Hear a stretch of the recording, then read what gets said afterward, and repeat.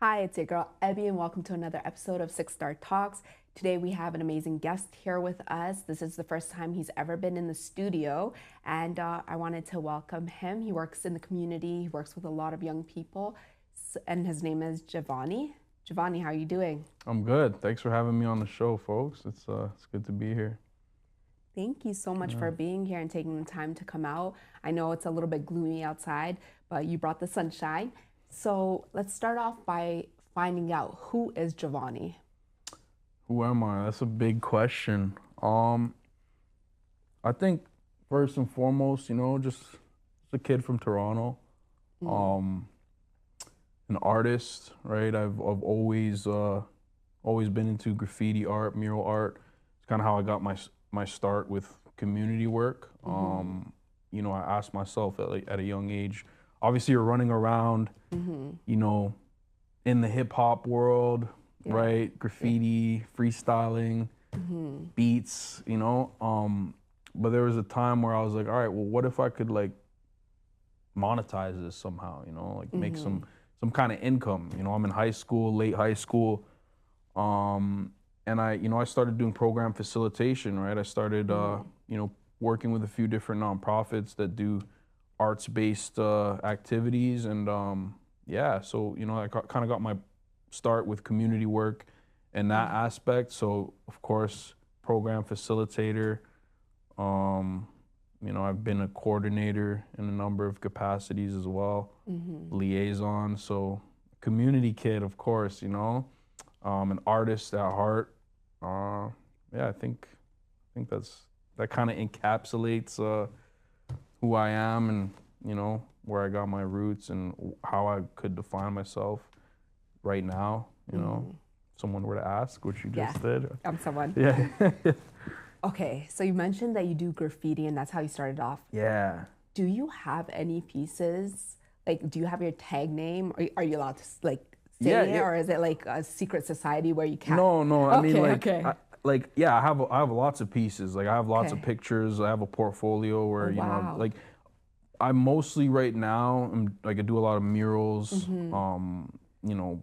Business partnerships where they'll hire me to come into the business and either paint the wall on the outside of the business or the inside. Wow. I do my own mural arts programs, graffiti arts programs with youth in different, corners of the city, different community centers. So my work is kind of spread out around. A lot of it's collaborative too, because a lot of it, I've worked with youth that help,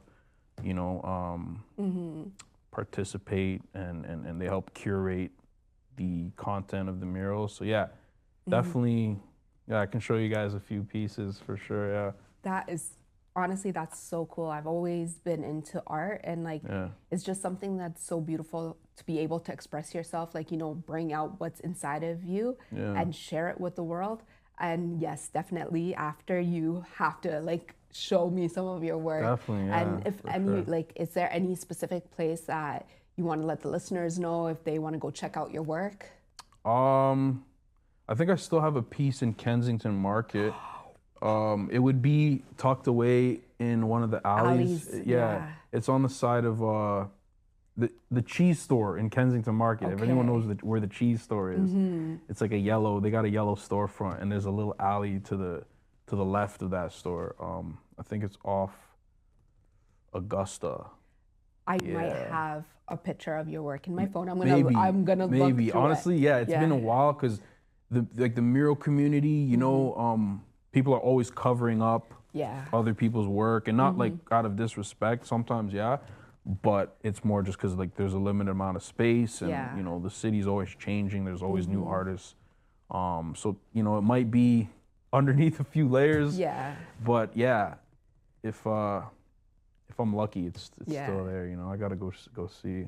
Yeah, I'm about to go to Kensington Market this weekend just to find it. I'll be like, I know that artist. Yeah, for sure. Yeah, that's really amazing. Thank you so much for sharing that. And I have a question to ask you. Yeah. The first question actually is from a listener. Her name is Tiffany, and you mentioned that you work in a nonprofit organization. She wanted to know what is the upside of the nonprofit organization world and what is the downside of it. Yeah, that's a good question. Obviously the upside is, you're doing nonprofit work, right? So the people that you're working for, the organizations you work with, the main goal and the initiative is to service people who need access to those services, whether it's arts based, life skills based, employment based, whatever it may be, right? So there's that aspect because the culture is different. When you come to work, you're working with folks who understand that what you're doing is providing a service to help people, rather than in the corporate world, it's go go go. It's KPIs. It's meeting profit targets, and it's all for money, right? Yeah. So the culture's a bit different. You're working with a lot of people who care, right? Yeah. And so I think that reflects a little bit like they care about you. Obviously that's not all across the board, right? Yeah. And a company is still a company, and the bureaucracy is there, right? But yeah, the culture is different, and you feel good about what you do at the end of the day, right? Yeah. And then obviously the downside, well, not obviously. I think the upside is pretty obvious. You're helping people, Yeah. but the downside is that like it's funded, right, by the government funder, so like you never know. exactly. Yeah. All the programs, everything's dependent on if the money's still rolling, right? Yeah. And if you meet certain requirements to be able to be eligible for the grant next time it comes around on a yearly basis or quarterly or whatever it is, right? Yeah. So funding could go away at any point, and that leaves people out of work, right? So I think that's kind of the downside. I've never been in that situation, but I know people that have, where their organizations lost funding and they were laid off. So yeah, that's the tough part, right? Yeah, definitely. Yeah, because you could be doing your job perfectly, not making any mistakes, and then boom, no job. Exactly. Yeah, for sure. That's what I was gonna say too. Like with the upside, it's like you get to experience these people and you get to grow with them, and you see them like almost like a metamorphosis. Like when they come in, a lot of times when you work in the community, they come in and there's something missing, and you feel the change that you're making in somebody's life. And it's almost like you create like it's community. You create like a family, and just to see that and experience it and be a positive role model, or like a positive influence in somebody's life, it's something that you carry with you, and it's so incredible to be able to help people. And like with the downside as well, I would say the same thing, because you could have something that's so amazing, that's helping so many people, but out of nowhere you don't have the funding, and it's like, okay, so what are we going to do now? And then people are expecting like, what's going on? Like, what are you guys gonna do? Are you guys working on something? And it's like, we're trying, but like, the funding's not there. Like, to be knocked down and, not chosen. It's very hard, especially when it's really making a big impact in the community, and then all of a sudden it's not there. Yeah. And when I think back to maybe the reasons why, when I was in certain programs as a kid, and all of a sudden they didn't exist. Now I'm thinking back, okay, well, that's what happened. Yeah, it's crazy that you said that, because I never thought of it like that. And I'm like, why didn't they have that program anymore? Right. And it's like, you go to sign up and it's not there. Yeah, it's really heartbreaking. It's like, knowing and seeing and being part of it, you see the difference you're making, right? But and also I would say another downside to it is sometimes like, people will come into programs and then they go through a selection process. And then it just hurts to see when people are selected and then they end up not showing up, and it's like, oh no, you took a spot where somebody else could have been in and benefited from. I think that's kind of the nature of it, though, right? I guess when you're offering something to someone, maybe there's a sense of I don't like a sense of entitlement, right? And so if someone thinks like that, then they might say to themselves, "Oh, it's fine if I don't show up because these people want to help, so I can come next time." Or I'll make up for it Yeah. Yeah. Definitely. I'm like, sometimes, like, if they pay, will they come? But, the whole reason for nonprofit is to help those that actually need the help and can't afford it, right? Yeah, Yeah. exactly. Yeah. Yeah. So you said that you work with youth and you work with art, right? Mm-hmm. How would you say art helps youth? Like, you're seeing it, you're there, you're in the front line. How do Yeah. you say that, like, how do you see it benefiting them? Like it gives young people like an alternative way to express themselves, right? Or Mm, not even just express themselves, because expression is art and art is expression. They're kind of hand in hand, right? But when I talk about an alternative avenue, that kind of it gives youth an opportunity to see the benefits of art beyond just expression, mm, right? Like the way I kind of the path that I went, like I turned my artistry into, a way to support myself mm-hmm. and still enjoy it at the same time, right? So I think like giving young people that insight at obviously at a young age, Yeah. right? Sooner rather than later, then they Mm-hmm. might say to themselves, well, okay, obviously I want to be a businessman or a lawyer or a doctor, Mm, but I never thought of this, art as a form of, a career path. I never thought yeah. of art as a side hustle, or Mm-hmm. whatever it may be, or just again an avenue to express themselves, right? So Yeah. I think that's the most important piece, is showing them that, if you're into any sort of art, it can Mm-hmm. be bigger than just um, using it as like a form of therapy or an escape or an expression, right? Mm-hmm. Because they see so much, like so much is put in front of them at Mm-hmm. once, right? You Yeah. have all these subjects in class, and then you have Mm-hmm. the extracurricular programs where they're learning, sports or life skills or whatever it Yeah. may be, right? So I think the arts are an important piece to fit in, because it gives them a little bit more to choose from in terms of, Yeah. what path they want to take, right? Yeah. Yeah. Yeah, definitely. I think art is, I'd consider it a language on its own.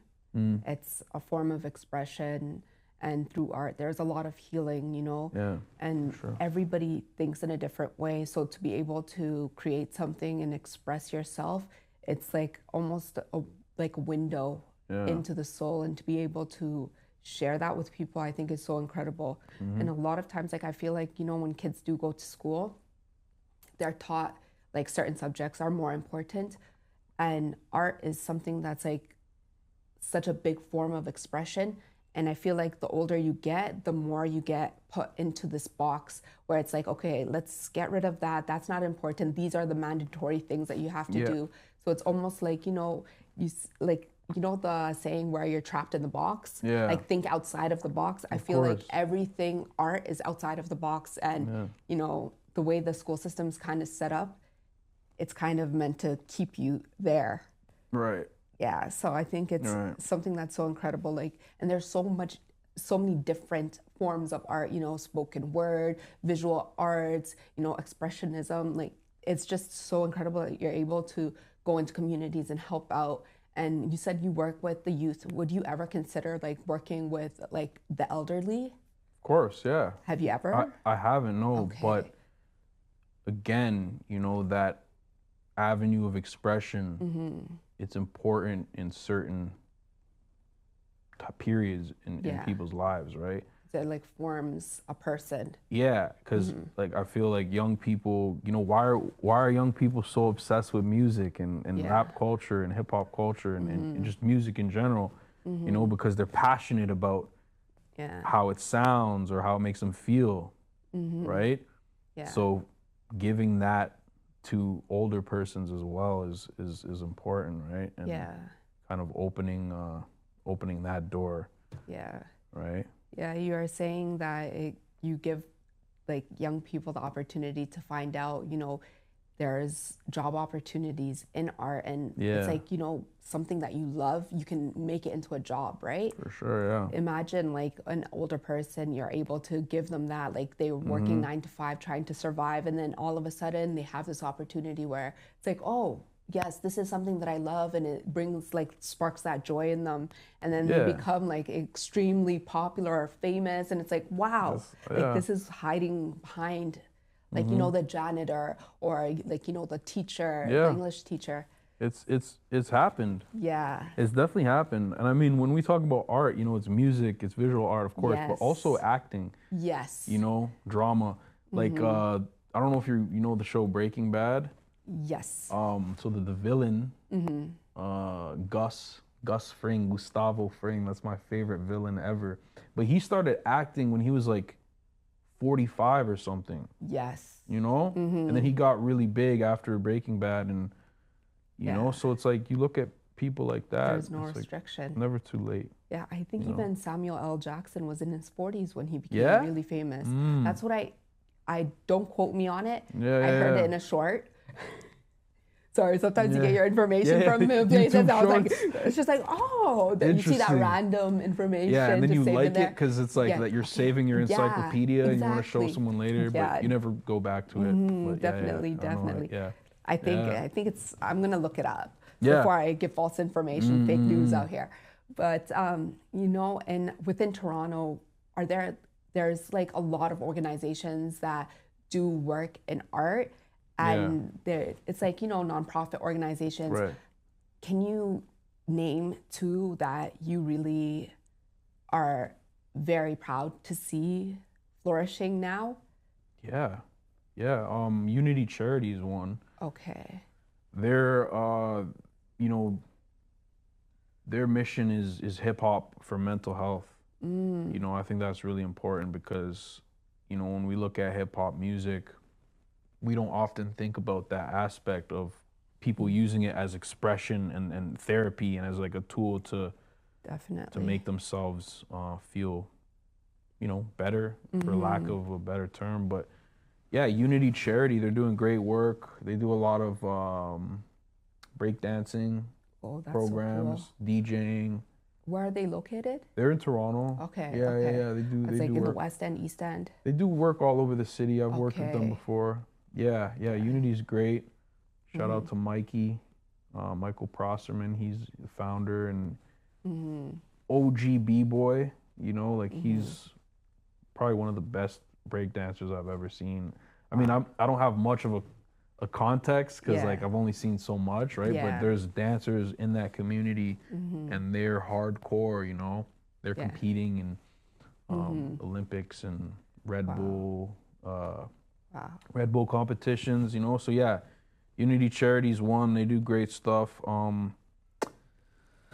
And then there's one, Vibe Arts as well. Vibe Arts. They used to be called Arts for Children and Youth. But yeah, they do a lot of good work around the city. Lots of arts programs in schools. They were the first organization that brought me into youth penitentiary, right? So going into youth jails and doing art programs with those kids. That definitely gave me a huge perspective, having that experience. So yeah, Vibe Arts, great people. Yeah, there's a bunch, but those two in particular would stand out. Yes. For me.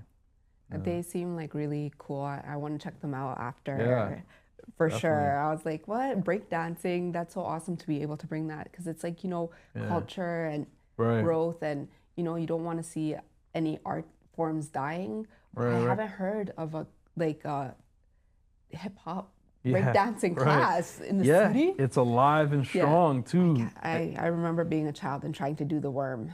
Yeah, It did not go well. Worm. It did not go well. That's funny. Yeah. That's like one of those 70s like OG breakdancing moves, there's a movie called Wild Style. You might have seen it.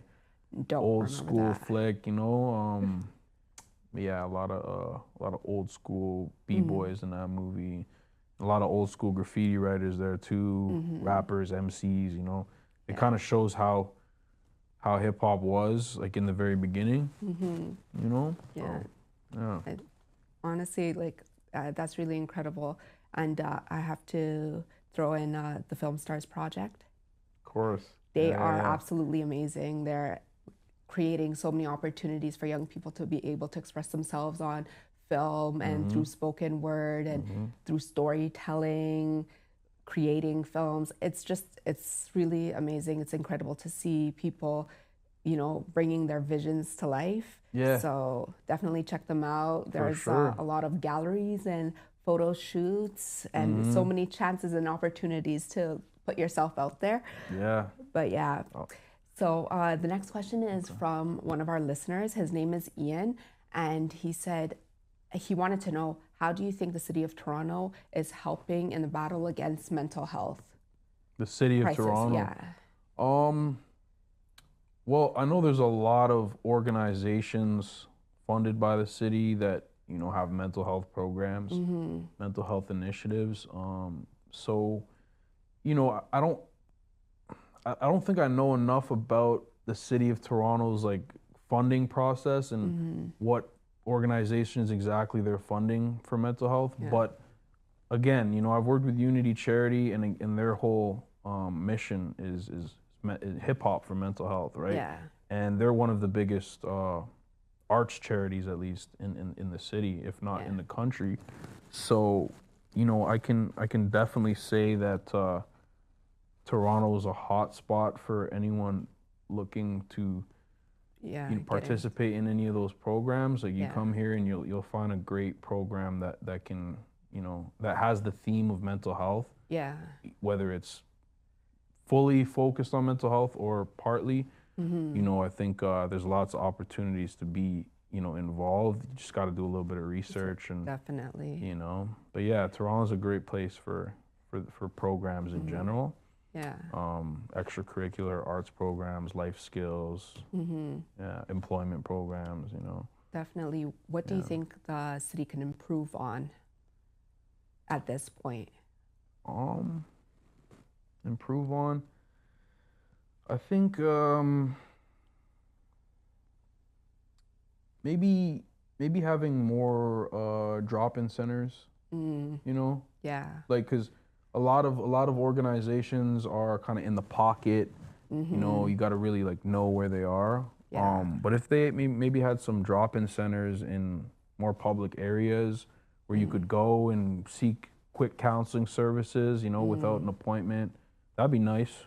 You know, City of Toronto drop-in center, you can access mental health services or social work. Yeah.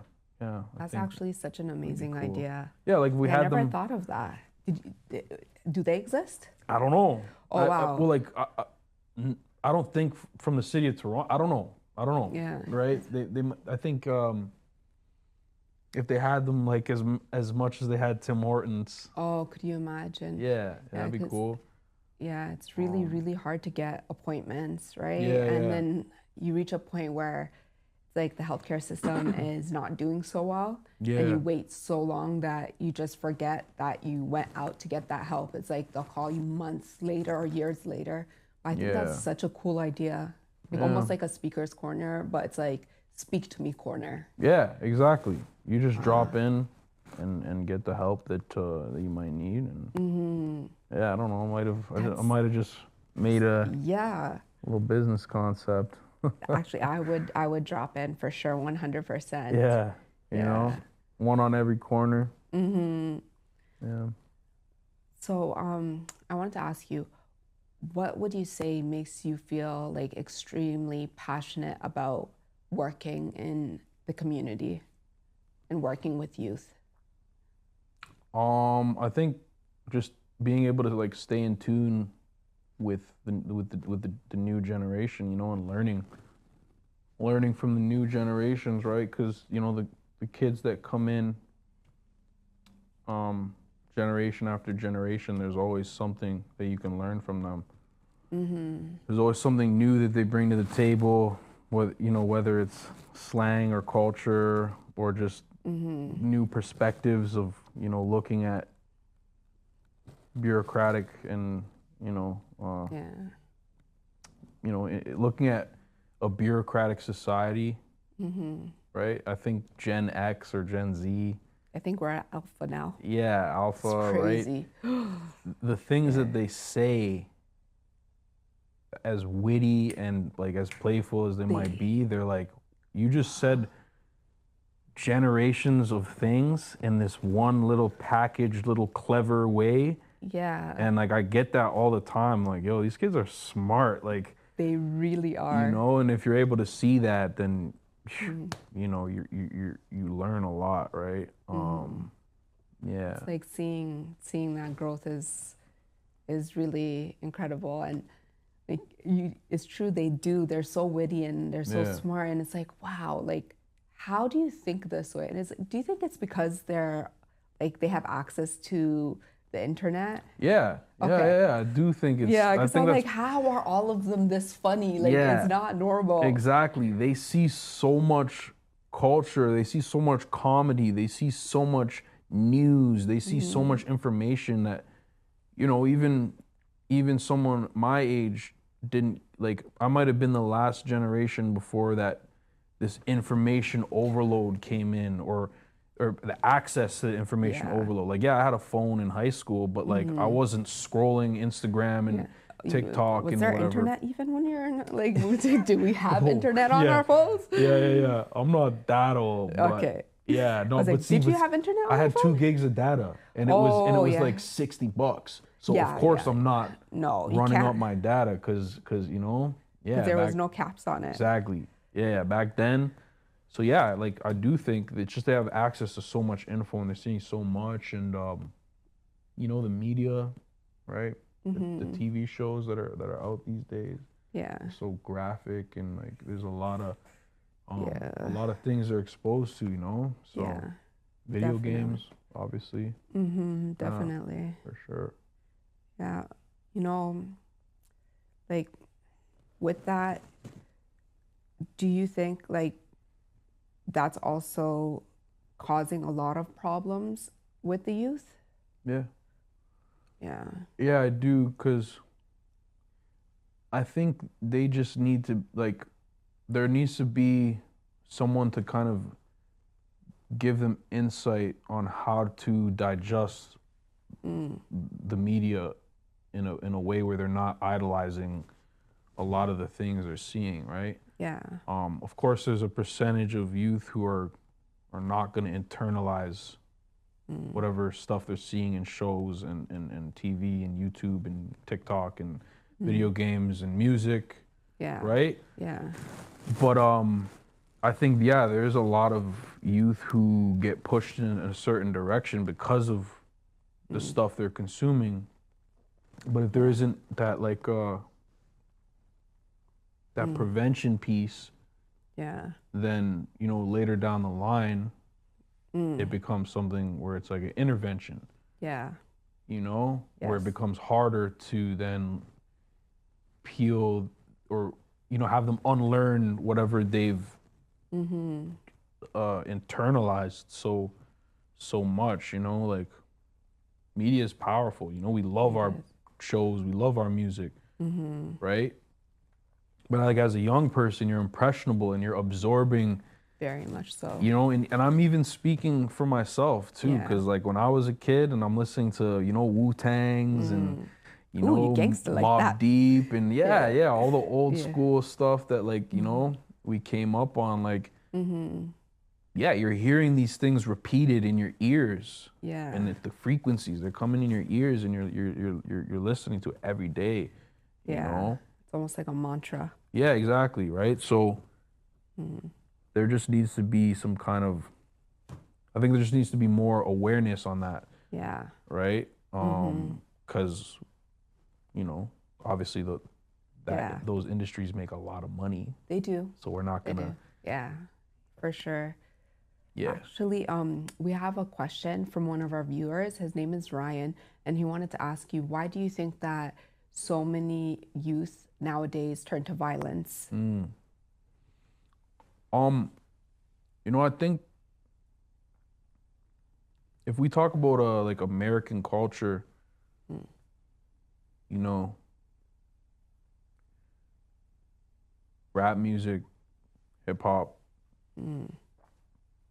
coming from a place of authenticity, obviously, you know, folks are going to talk about what they see, right?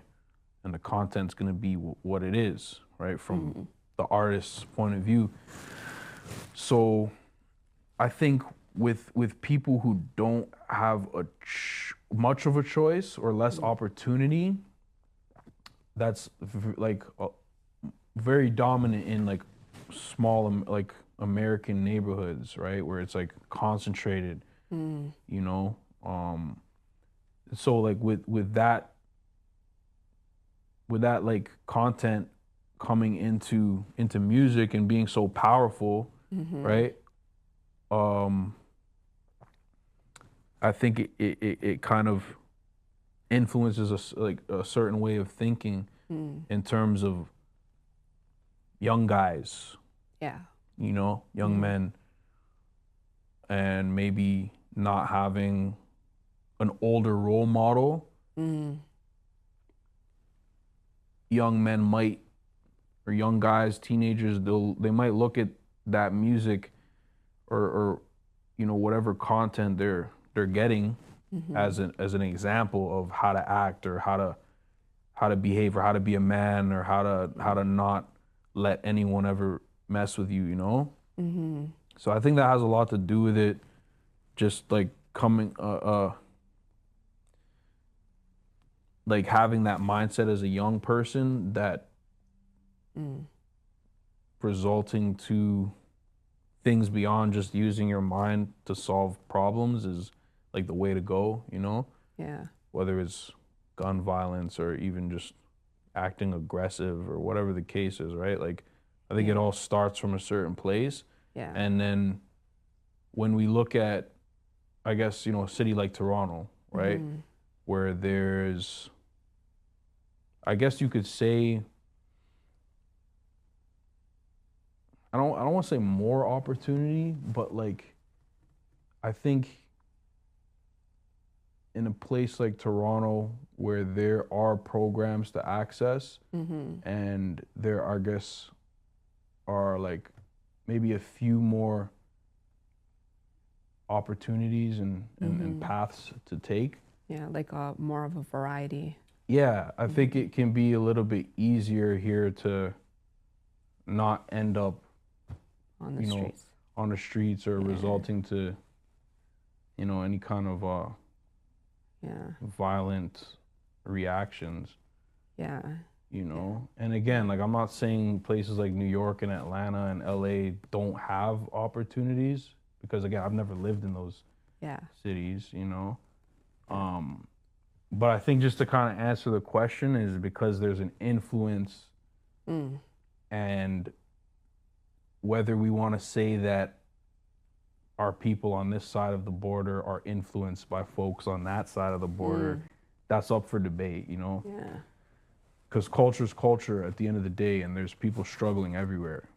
You know? That's true. But I do think that there's a bigger gang culture in America, and a lot of folks here are kind of following that. Yeah. A lot of young folks are. Yeah, it's their kids are, like you were saying, this is like the time where their brains develop, right? And all that exposure and seeing those things and like, you know, watching it on TV, and then it's almost like they glorify it. Yeah. See, I was trying to. Yeah. The word was there somewhere. I took it. Yeah, right? you extracted it. Yes. Yeah, there you go. Yeah. Yeah. It's quite unfortunate. And then I feel like, you know, you're saying they don't have a lot of good influences. Maybe there isn't somebody to look up to in the house, and there's way more female teachers than there are male teachers, and those role models in those spots, like in those occupations where they make a huge difference in children's lives, right? Yeah. So, yeah, I think definitely that influence from the other side, it almost like, you know, it makes it like cool, and given the opportunity, like if you're in a different, like, you know, low income neighborhood, you'll see like the OGs, and they almost like gravitate towards them, and they give them almost that sense of, you know, belonging. Yeah. So it's almost like, okay, oh, now I have an opportunity to go and like, be gangster, and I have these people behind me, and it's like, unfortunately, you're being used as a runner, and, they don't really care about you. It's about, making it easier on themselves. And then you end up, like, the children end up like taking the heat for these older guys. And, the whole concept of snitches get stitches, like, you don't ever snitch. It's really unfortunate. But like, do you feel that the city of Toronto is doing enough, or do you like, in order to help out to reduce this violence, like gun violence in particular? Well, I've worked with organizations that are funded by, gang prevention. So maybe I'm a little biased, right? Because I've worked with organizations that do that kind of work. And, I think from my point of view, something's being done. I guess because I've been a part of, some of that programming. But there's a lot of what's the term that they're using? Catch and release or something? Catch and release. Like, where they'll like arrest someone and on a serious charge and then let them out the next day. Something. Oh, like giving them, like letting them off on bail? Yeah, of course. yeah, letting them yeah. off on bail. But there's like a term in the news cycle right now going around. I don't watch the news. Yeah, It see, gives me too much anxiety. Stay away from it. Yeah. Yeah, because I was trying to, the term is like catch and release. Okay. That's what people are saying. Oh, it's catch and release, catch and release. What's the point of catching if you're going to release? Right. That's kind of a waste of resources. Yeah, I mean, like, I don't have enough of a scope on, the internal processes of the legal system to be able to make like an informed critique. Yeah. But I think it's like I've worked in youth jails before, done programming in youth jails, and some of them have a pretty good program schedule, and they're helping the youth get access to services and extracurricular programs. So, when you talk about like rehabilitation, I see that being done in some of the youth penitentiaries. Maybe some of the youth would argue against that and be like, no, Givanni, look, it's actually like this, right? Yeah, because you're seeing it from a different angle. Yeah. So, I think there's some stuff being done, Yeah. But I mean, I turn the TV on and someone's getting shot every day in Toronto, and I don't really remember it being like that. Maybe I didn't watch enough news back in the day or whatever. Yeah, I definitely think it's way more now. And, I didn't know this before, but sometimes there are shootings and it's not put on the news. And people actually end up dying and getting hurt, and they don't release that information. Yeah. It could also be because there's maybe 3-4 in a day, and they have to choose which one to. Yeah. It's quite unfortunate. Yeah. But if you had an opportunity to do a PSA about the effects of violence on families, what would you include in that? Again, I would say just, talk to your kids about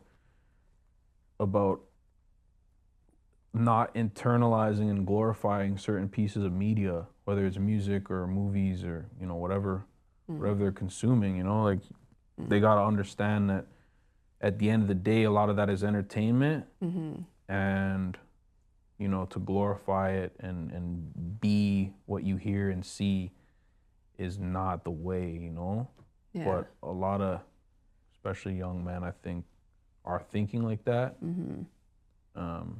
Because of a lack of whatever it may be, right? Yeah. So that's what I would say. I mean, I know, like, obviously I'm gonna let my kids listen to whatever music they like to listen to. You're not gonna be able to stop that. Music is powerful. Yeah. But I'm gonna let them know to a certain degree, like, it's entertainment, right? there's people telling real stories, and then there's people making things up, and then you just got to be able to consume it without being too influenced by it. That's what I would say to parents. Okay. And how about like say if you were to do like a 30-second ad or a minute ad, what would you include in it? For the broader, like for everyone. Honestly, it would probably be a song. It'd probably be a song, a nice tune, and it would be presented in a way where it's like catchy and appealing, but there's the content is in there. Yeah, like a lot of visuals and stuff, right? Yeah, because I think that's like music is powerful. Yeah, because you got to meet people where they're at, right? That is no one true. Likes to be preached at, and yeah, so yeah, 30-second PSA. I mean, if it's on TV, it's in the right place. Yeah, people gravitate towards it, and if they pull the message out, they pull the message out, right? Yeah. I think, like, honestly, I'm like thinking right now, what would I include in it? And I don't know if all these things have already been done, but showing, a mother losing a child losing a sibling, showing potentially what their life could have been, and then maybe having them not be in it. Like almost like in the beginning, in the forefront, you show the picture of the person, and then like life could have been like this, but then like showing maybe like an empty seat in a classroom, and then what their life would have progressed as, maybe like, a diploma on the chair, but the person's not there anymore, right? Yeah. I think that would be kind of, I don't know if it's ever been done before, because a lot of times, like, when things happen, you hear about it so much that you're not affected until you're actually affected by it. It's like, oh yeah, somebody died. Like I remember somebody telling me a story of, oh, this person passed away and, they fell from a balcony. And I remember being told that, and I was like, oh, that's so sad. That's so unfortunate. I feel bad for their family. And then I didn't think about it.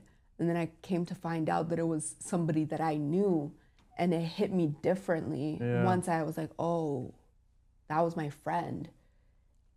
So like almost giving that, like, that sense of like, making it personal, because it could affect anybody, but it's like that exposure. It's almost like you become desensitized to it, right? Right. Yeah. Yeah. Yeah. But like when you hear the statement, giving a voice to the voiceless, what does that make you feel like? What would you say that means to you? I think giving opportunity to young folks, and because like young folks, young kids, they're voiceless, right? No, like oftentimes people don't take them seriously or listen to what they have to say. That's why I like, youth councils, and when an organization has a youth council or an youth advisory committee or something like that, that's always important, but like to me, a voice for the voiceless is including people's like experiences in the media, and not just the media, but in any kind of like community work that you do, because you have to be informed in some way. Yeah. Right. So whether it's consulting community members or, creating media like Film Stars does, right? You're giving people a platform to share their stories, and that's really important, especially in like not just the arts world, but like in like formal work, again, advisory councils and committees and youth-led organizations, I think it's very important, and there are a lot of opportunities, and giving children the chance to find out about those opportunities definitely would help, right? If I find that in order for them to have a voice, they have to know where they can speak. Right. So maybe like creating something within the TDSB or like, the Catholic School Board, letting children know about opportunities that are out there. Because a lot of the time there are programs, there's like really amazing programs, and the issue is not a lot of children know about it and not a lot of families know about it. Yeah. And just to give them the space to feel like, they can express themselves and they could, speak and be heard. I think that's something that's so important, because like even to be able to express yourself, right? And to be given a chance to, be able to come into a space and say how you're feeling and how these things are affecting you. It's something that's so incredibly important, even for children when they grow up, because a lot of adults that are struggling with mental health issues is due to the fact of experiencing childhood trauma and not knowing how to deal with it, or having an avenue to, work through those things. Yeah. Yeah. Yeah. So I think it's extremely important. It's like even you were saying through music, you express yourself and it's like getting it out. A lot of the times I find for myself, even I'll ruminate on thoughts and I'll just constantly be going in my mind. And my therapist told me, you should journal.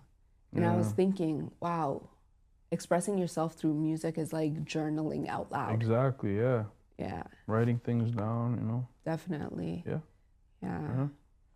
Wow. I'm like thinking now, it's like cooking in my head. But like, you see how the way the city is right now, how would you say like in the next 3 years, do you feel like the violence is going to become worse or better? Like, how do you envision the city of Toronto in the next 3 to 5 years? In terms of violence, like I think people are just getting more and more ruthless. So I don't want to be like pessimistic, obviously I have a positive outlook on things like that, and hopefully our young guys will stop shooting at each other, and but I think we have to also take into consideration that to them they're at war.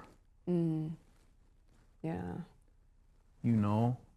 So I don't know what the direction is going towards. Like again, I'm on YouTube, CTV, news will pop up, I'll check it out, but every time I do, it's someone dying, someone getting shot. Yeah.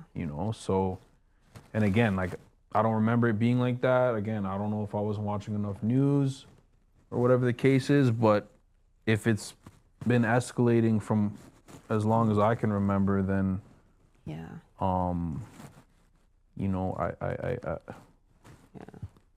it might continue in that direction if there isn't something powerful enough in place to stop it from going that way, right? Yeah. Whatever that may be, I don't have the answers, Yeah. But sure. like in terms of the city though, like we're a world-class city.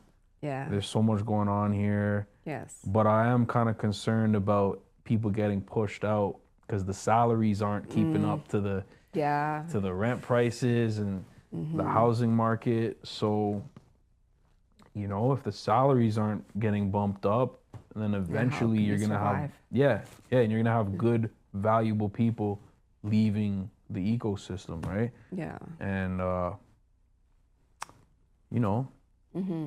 hopefully things like the housing market is kind of on a downturn right now. Yeah. So I guess I heard.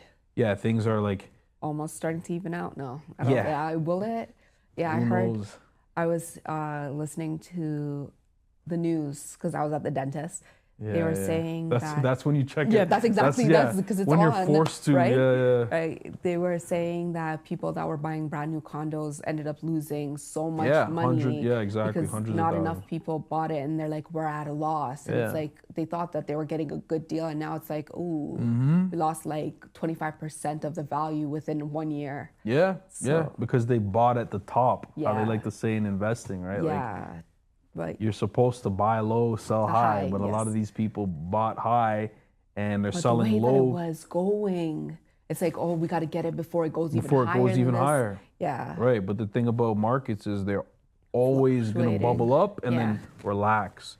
And then there's going to be another uptrend at some point. So, you know, I feel like a lot of people who aren't investors got in, you know, oh, I'll buy a house and I'll make 300K by next year without having that knowledge, you know. It's like, but there's also people who were like, you know, you're a couple or whatever and you decide now's the time and you need to buy a house now, and maybe people got caught with good interest rates or whatever the case was. I know interest rates were like low in the pandemic or something like that. And so, you know, obviously there's people that lost a lot that, you know, obviously shouldn't have. But there's people who have the money and, you know, they have 3-4 houses and the one they bought recently or whatever just didn't work out.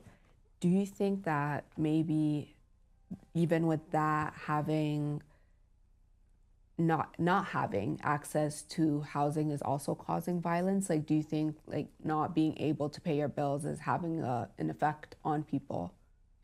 Yeah, I mean, there's people who are hungry who will do whatever it takes to, you know, fill their belly, you know. So for sure.